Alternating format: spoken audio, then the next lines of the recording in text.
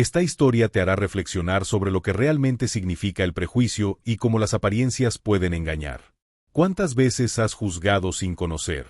Te invito a comentar tu opinión al final, compartir este relato si te impacta y seguir leyendo hasta el final para no perderte ningún detalle. Ahora, adentrémonos en esta historia.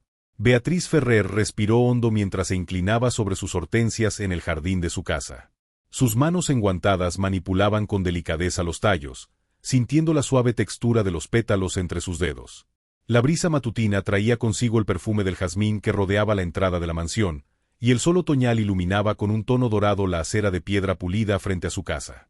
Desde hacía años, su rutina matinal consistía en cuidar el jardín antes de retirarse al interior para revisar la agenda de eventos sociales que marcarían su semana. No había espacio para imprevistos en su vida ordenada y meticulosamente planeada. Sin embargo, esa mañana algo le pareció fuera de lugar.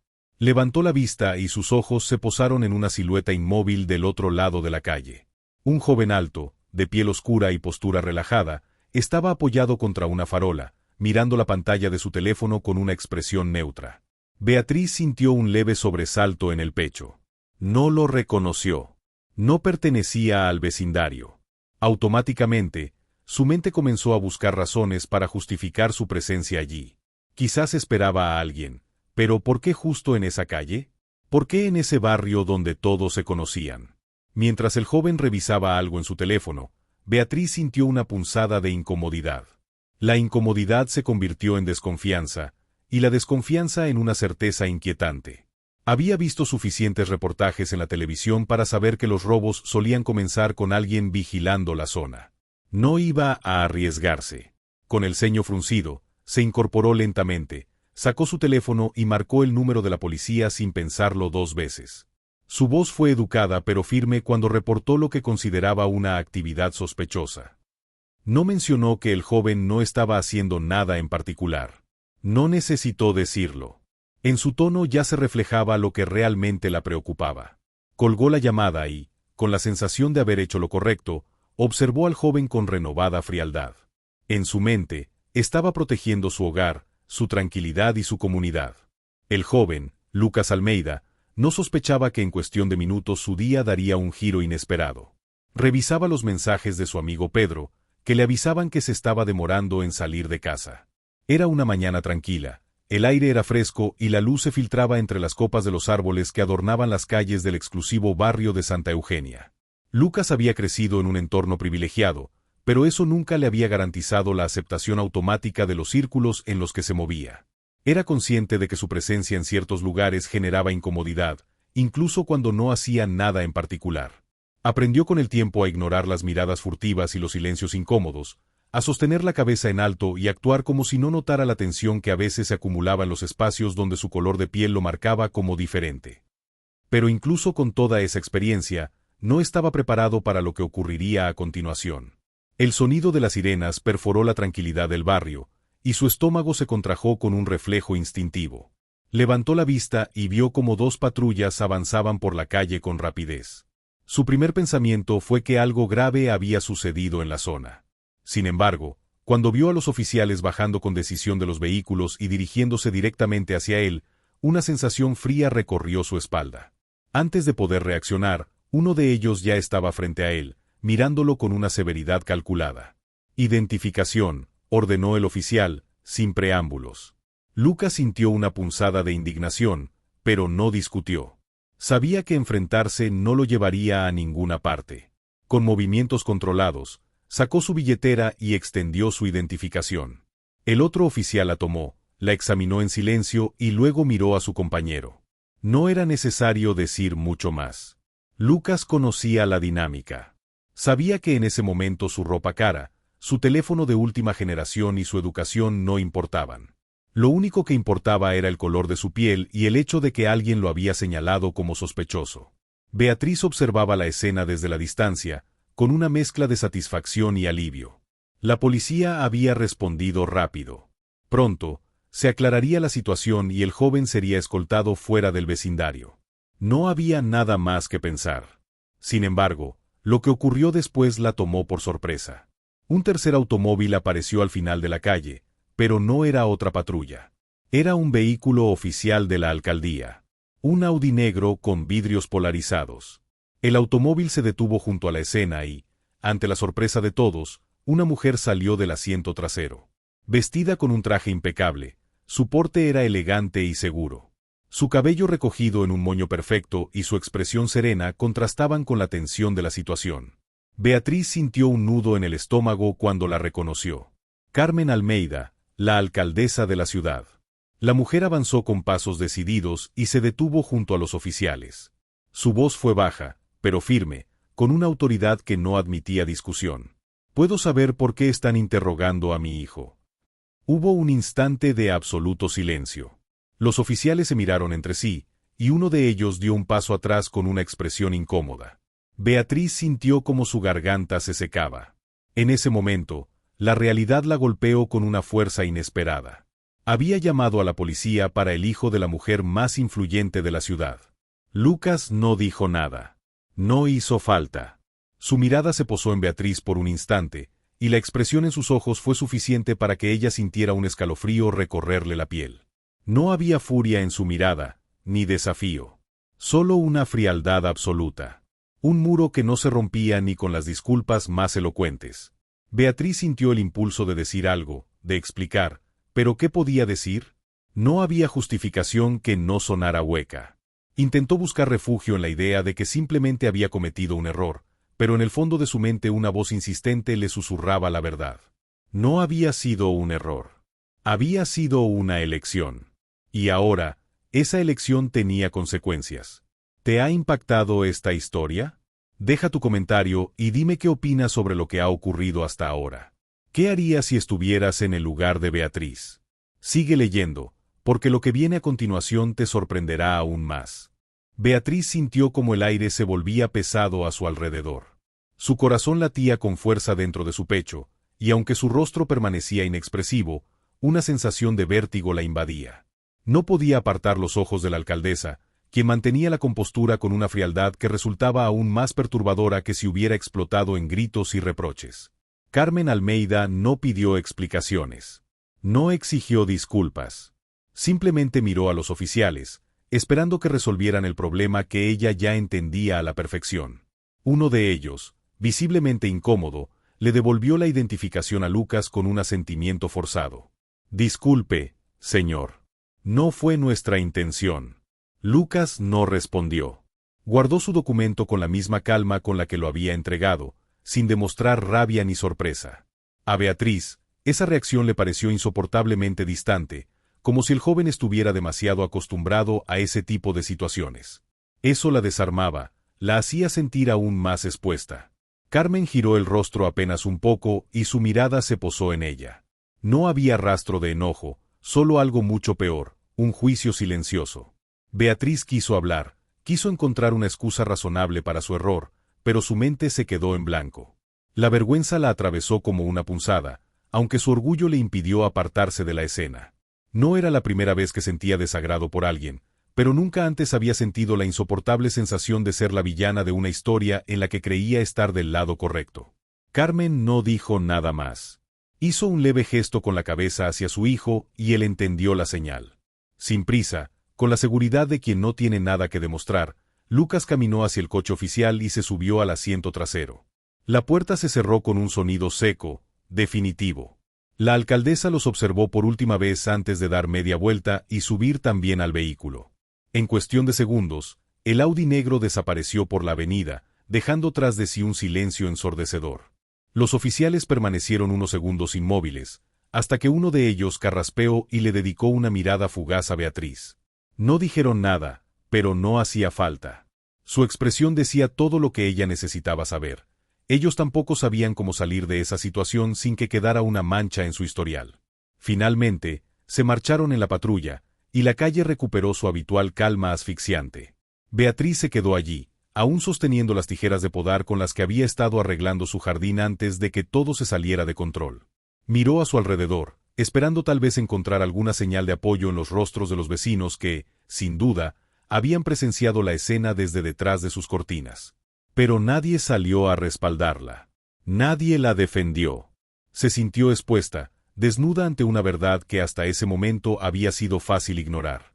Había crecido en un mundo donde su seguridad nunca había estado en duda, donde su piel y su estatus social eran suficientes para garantizarle un trato justo.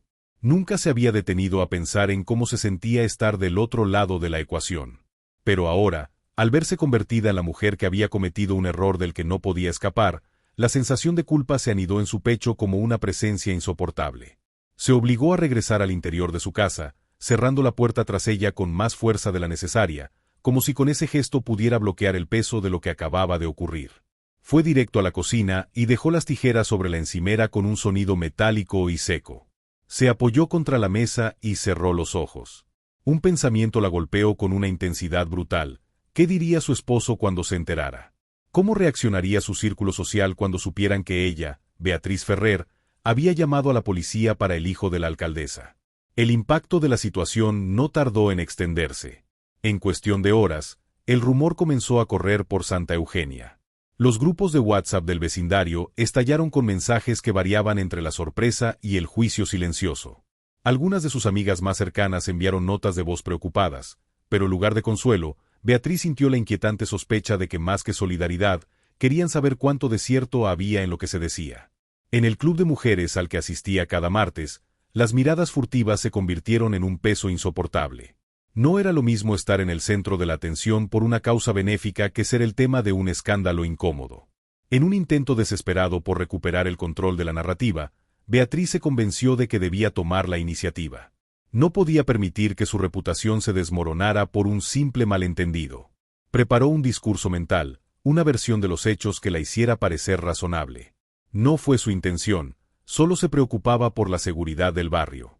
Había actuado con precaución, como cualquier persona responsable lo haría. Sin embargo, cuando llegó la noche y se vio sola en su habitación, su mente insistió en recordarle la verdad. No había llamado a la policía porque Lucas actuara de manera sospechosa.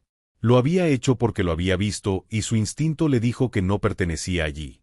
Y ahora, esa simple acción tenía un peso que no podía borrar. No pudo dormir.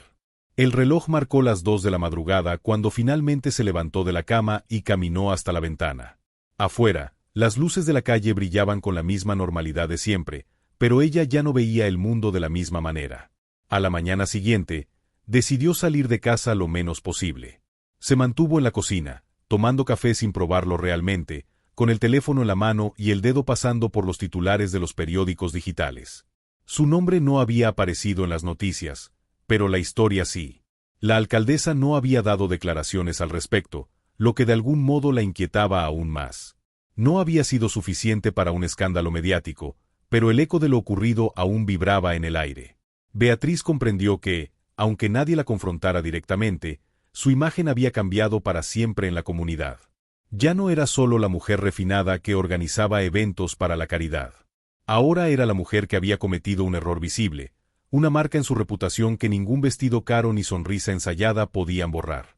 Pero lo peor de todo no era como la veían los demás. Era como se veía a sí misma.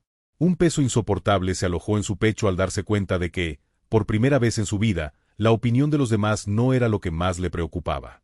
Era su propia conciencia la que no le daba tregua. Lo que viene después revelará mucho más que un simple sentimiento de culpa. ¿Será capaz Beatriz de enfrentar las consecuencias de su propia mentalidad? Si esta historia te está atrapando, no te pierdas lo que sigue. Suscríbete y sigue atento, porque lo que viene cambiará todo. Las noches de insomnio se convirtieron en algo común para Beatriz.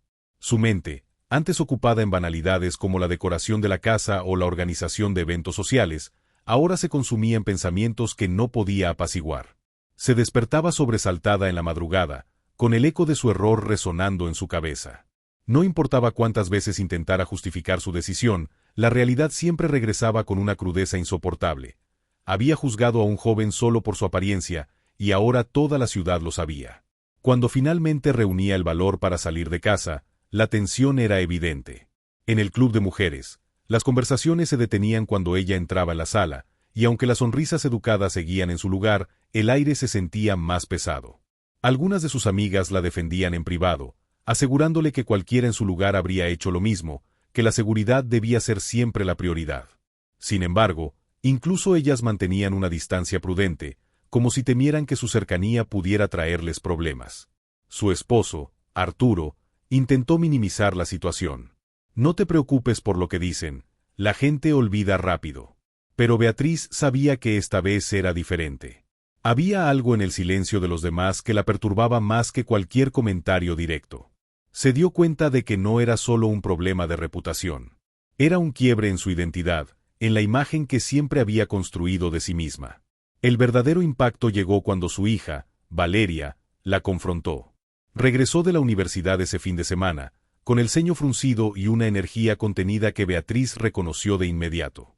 Sabía que la conversación sería inevitable. Durante la cena, la tensión se hizo insoportable hasta que finalmente Valeria dejó los cubiertos con un golpe seco sobre la mesa. «Mamá, dime que no es cierto». Beatriz sintió un escalofrío recorrerle la espalda. Su hija era diferente a ella. Había crecido en una generación más abierta, más crítica, más consciente de las realidades que ella misma había ignorado por años. Valeria continuó con voz temblorosa: «No puedo creer que hayas hecho algo así. Llamar a la policía para un chico solo porque no te pareció que debía estar ahí». «Mamá, ¿cómo pudiste?». Beatriz intentó defenderse. No era solo eso. No lo conocía, estaba parada ahí, no sabía sus intenciones. Valeria negó con la cabeza, frustrada. «Mamá, ¿te das cuenta de lo que eso significa? ¿Sabes cuántos chicos como él terminan en problemas solo por un malentendido? Solo porque alguien como tú piensa que no deberían estar en ciertos lugares». Beatriz se sintió acorralada. No era una racista. Nunca había creído serlo. Pero en ese momento, las palabras de su hija la atravesaban con una verdad incómoda. No sabía qué responder. Los días siguientes fueron una mezcla de angustia y negación. Beatriz intentó sumergirse en su rutina, pero nada parecía suficiente para distraerla. Había algo en su interior que no la dejaba en paz. Durante años, se había enorgullecido de su posición en la comunidad, de su influencia en los círculos sociales, de su papel como anfitriona en eventos de caridad. Pero ahora, todas esas cosas parecían vacías. ¿De qué servía donar dinero para ayudar a los menos favorecidos si, en el fondo, nunca los había visto como iguales? Su mente no dejaba de volver a la escena de aquel día. La mirada de Lucas, la expresión impenetrable de Carmen, la incomodidad de los policías. Todos esos detalles le pesaban en el alma de una forma que jamás habría imaginado. Algo dentro de ella se estaba desmoronando. Su orgullo, su convicción de que siempre había sido una buena persona, ahora se tambaleaba. Por primera vez en su vida, comenzó a preguntarse si el problema no eran solo los demás, sino ella misma. Y esa era una idea aterradora. Una tarde, incapaz de soportar más el peso de su conciencia, tomó una decisión impulsiva. Se subió a su coche y condujo hasta la alcaldía. No tenía un plan, ni siquiera sabía qué diría, pero sentía que debía hacer algo.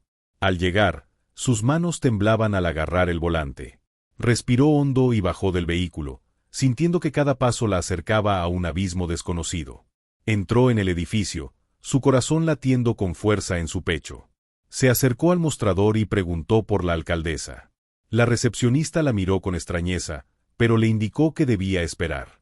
Pasaron minutos eternos hasta que finalmente vio a Carmen Almeida salir de una reunión. La alcaldesa la vio, se detuvo un segundo y luego caminó hacia ella con un rostro inmutable. Beatriz sintió que el suelo se abría bajo sus pies. No sabía qué iba a decir, pero supo con certeza que aquel encuentro cambiaría todo. Lo que ocurrirá en la próxima parte pondrá a prueba todo lo que Beatriz creía saber sobre sí misma. ¿Qué hará Carmen? ¿Será capaz Beatriz de enfrentar su verdad? Si esta historia te tiene intrigado, suscríbete y sigue leyendo, porque lo que sigue será aún más impactante.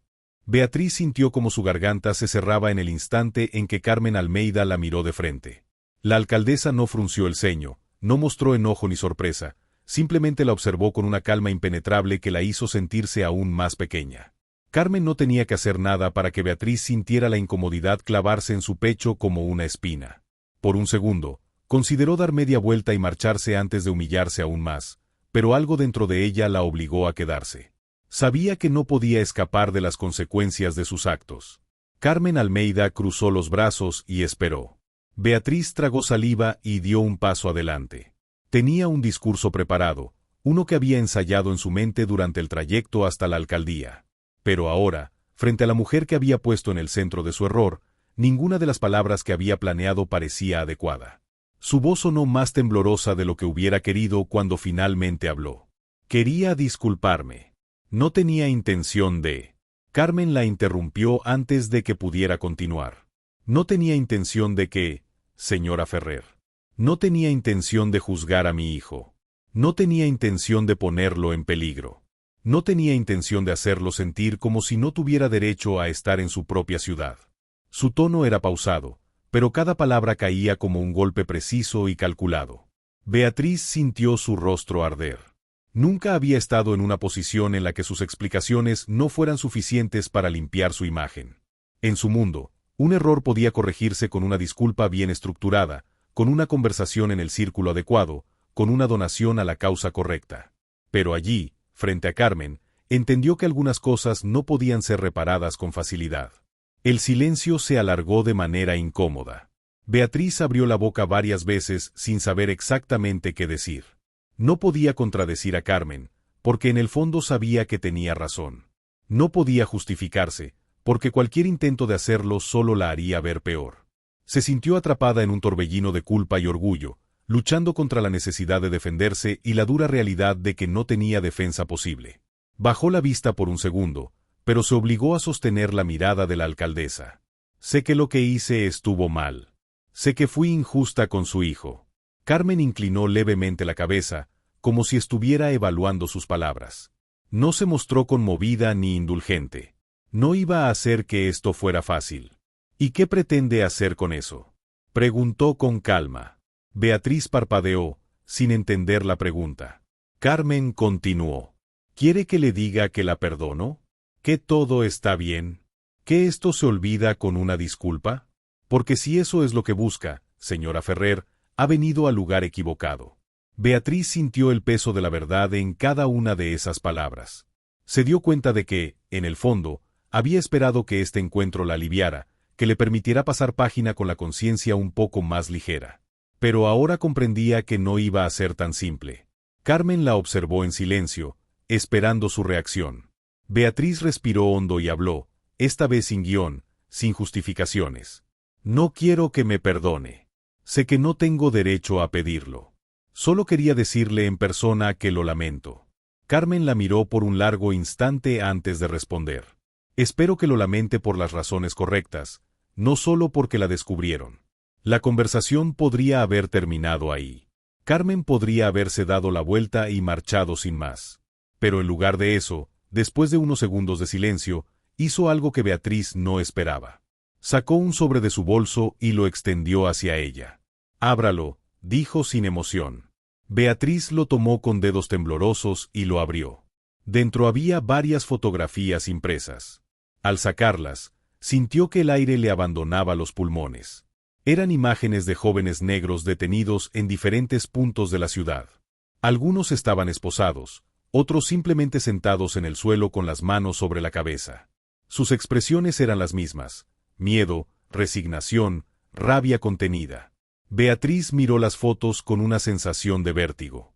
Carmen habló con voz firme. Todos estos chicos fueron detenidos en situaciones como la de mi hijo. Algunos simplemente caminaban por un barrio donde alguien creyó que no debían estar. Otros esperaban a un amigo en una plaza. Algunos nunca pudieron demostrar su inocencia, porque nadie les creyó. ¿Sabe cuántos de ellos tuvieron la suerte de que sus madres fueran alcaldesas? Ninguno. Beatriz sintió un nudo en la garganta. Carmen tomó aire y continuó. Usted vio a mi hijo y creyó que algo estaba mal. Pero lo que estaba mal no era él. Era lo que usted pensaba de él sin siquiera conocerlo. Y esa es la raíz del problema. Beatriz no tenía palabras. Se sintió pequeña, insignificante frente a la realidad que Carmen le acababa de mostrar. Siempre había creído ser una persona justa, alguien que apoyaba las buenas causas, alguien que veía el mundo con objetividad. Pero ahora entendía lo poco que realmente sabía. Carmen le quitó las fotos de las manos y las guardó de nuevo en el sobre. No la traje aquí para humillarla, señora Ferrer. La traje para que vea lo que no ha querido ver en toda su vida. No es solo sobre usted y mi hijo. Es sobre un sistema que hace que las personas como usted siempre se sientan seguras, mientras las personas como nosotros siempre tengan que justificarse. Beatriz sintió que todo su mundo se sacudía con esas palabras. Algo dentro de ella se rompió, una barrera invisible que había sostenido durante años sin darse cuenta. Carmen la miró una última vez antes de levantarse de su silla. Espero que haga algo con lo que acaba de entender, señora Ferrer. No me interesa su disculpa. Me interesa lo que hará después de esto. Y sin más, se marchó, dejando a Beatriz sola con el peso de todo lo que acababa de descubrir. Lo que Beatriz hará con esta verdad cambiará su vida para siempre. ¿Tomará acción o seguirá en la comodidad de su mundo? No te pierdas la siguiente parte, porque lo que viene será aún más impactante. Comenta qué harías en su lugar y sigue leyendo. El peso de las palabras de Carmen Almeida no abandonó a Beatriz durante los días siguientes. Cada imagen que la alcaldesa le mostró se grabó en su mente como una herida abierta que no dejaba de arder. Su mundo, que antes se movía con la seguridad de la rutina, ahora se sentía inestable, frágil, como si cada cosa que había dado por sentada estuviera perdiendo sentido. No era solo culpa lo que la carcomía por dentro, era una revelación dolorosa. Nunca antes se había detenido a cuestionar lo que ella misma representaba. Miraba las noticias y, por primera vez, entendía que las historias de injusticia que antes pasaban ante sus ojos sin impacto real ahora tenían otro significado. Caminaba por su vecindario y se preguntaba cuántas veces había visto a alguien con desconfianza sin darse cuenta, cuántas veces había ignorado la desigualdad con la excusa de que no era su problema. Lo que más la atormentaba era recordar la pregunta de Carmen: ¿qué hará con esto? No había respuesta fácil. No existía una manera inmediata de corregir un error que iba mucho más allá de una simple acción. Sabía que pedir disculpas ya no era suficiente. Había algo más profundo en juego, algo que exigía más de ella que solo palabras bien intencionadas. Pero el miedo a enfrentar esa realidad también era paralizante. Si reconocía todo lo que ahora veía con claridad, ¿qué significaba eso sobre la vida que había llevado hasta ahora? ¿Cómo podía mirarse al espejo sin sentirse hipócrita? Su hija, Valeria, fue la primera en notar el cambio. Durante una cena en la que Beatriz apenas tocó su plato, la joven dejó los cubiertos y la observó con curiosidad. «Mamá, pareces otra persona». Beatriz, que hasta ese momento había evitado hablar del tema en casa, suspiró y bajó la mirada. No sé cómo explicarlo. Valeria entrecerró los ojos y apoyó los codos sobre la mesa, expectante. Inténtalo. Por primera vez, Beatriz no encontró en su hija una voz de condena, sino de interés genuino. Se sintió ridículamente vulnerable al admitir en voz alta lo que había estado revolviéndose en su interior. Nunca pensé en estas cosas. Nunca me cuestioné si era parte del problema. Y ahora no puedo dejar de pensar en ello. Valeria asintió lentamente. No parecía sorprendida, pero tampoco condescendiente. Es difícil cuando te das cuenta, ¿verdad? Beatriz sintió un nudo en la garganta. ¿Por qué nunca me lo dijiste? Valeria sonrió con tristeza. ¿Hubieras escuchado? Beatriz no supo qué responder. Sabía la verdad. Su hija probablemente había intentado tener estas conversaciones con ella en el pasado, pero Beatriz, con su mundo construido sobre certezas cómodas, nunca había querido profundizar. Siempre había creído que estaba del lado correcto de la historia, sin darse cuenta de que nunca se había molestado en escucharla realmente. Ahora, sentía que tenía 1.000.000 de preguntas sin respuesta, pero al mismo tiempo, tenía miedo de hacerlas. Esa noche, en la soledad de su habitación, Beatriz se sentó frente a su computadora y buscó algo que nunca antes había considerado necesario: historias, testimonios, artículos sobre el impacto de la discriminación y los prejuicios en la vida cotidiana. Lo que encontró fue un torrente de información que la dejó abrumada. Relatos de personas que habían sido detenidas sin motivo, casos de jóvenes cuyas vidas habían sido arruinadas por un malentendido, estadísticas que hablaban de un problema que no era individual, sino sistémico.